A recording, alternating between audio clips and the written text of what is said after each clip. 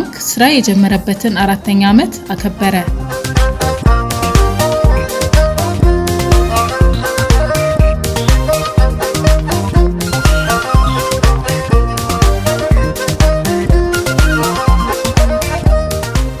ባንኩ ባለፉት 4 ዓመታት በአገልግሎት ተደራሽነት፣ በቴክኖሎጂ ፈጠራ፣ በሀብት አሰባሰብና ብድር አቅርቦት ረገድ አበረታች እድገት አስመዝግቧል። ይህ ስኬት ባለአክሲዮኖችና ደንበኞቻችን በጣሉብን እምነት፣ የቦርድ አመራሮች፣ በየደረጃው ያሉ የስራ ኃላፊዎችና መላው ሰራተኛ ባደረጉት የጋራ ጥረት የተገኘ ነው ሲሉ ተጠባባቂ ዋና ስራ አስፈጻሚው አቶ ሳሙኤል ታደሰ ገልጸዋል።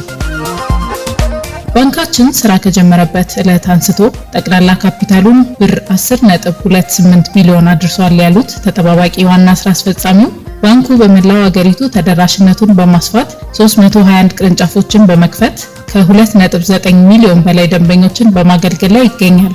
ከነዚህም ውስጥ ከ1.2 ሚሊዮን በላይ የሚሆኑት የዘመናዊው የሞባይል ባንኪንግ አገልግሎታችን ተጠቃሚ መሆን ችለዋል። በተጨማሪም ከ247,000 በላይ ደንበኞቻችንን የክፍያ ካርድ ማለትም ኤቲኤም ካርድ ተጠቃሚ ማድረግ ችለናል።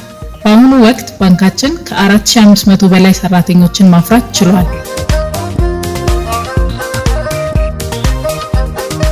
ተጠባባቂ ዋና ስራ አስፈጻሚው አያይዘው አማራ ባንክ እስካሁን ያስመዘገባቸውን ስኬቶች መሰረት በማድረግ በቀጣይ ለደንበኞቹ የላቀ የተቀላጠፈና አስተማማኝ አገልግሎት ለመስጠት በትኩረት እንደሚሰራ እንዲሁም ስትራቴጂካዊ ግቦችን በማሳካትና የአገልግሎት ተደራሽነቱን በማስፋፋት በኢትዮጵያ የፋይናንስ ኢንዱስትሪ ውስጥ ተወዳዳሪና ተመራጭ ለመሆን የጀመረውን ጉዞ አጠናክሮ እንደሚቀጥል አስታውቀዋል። በመጨረሻም ባንኩ ላስመዘገበው ውጤት ደንበኞች፣ ባለአክሲዮኖች፣ የቦርድ አባላትና ሰራተኞች ላበረከቱት አስተዋጽኦ ምስጋናቸውን አቅርበዋል። አማራ ባንክ ከባንክ ባሻገር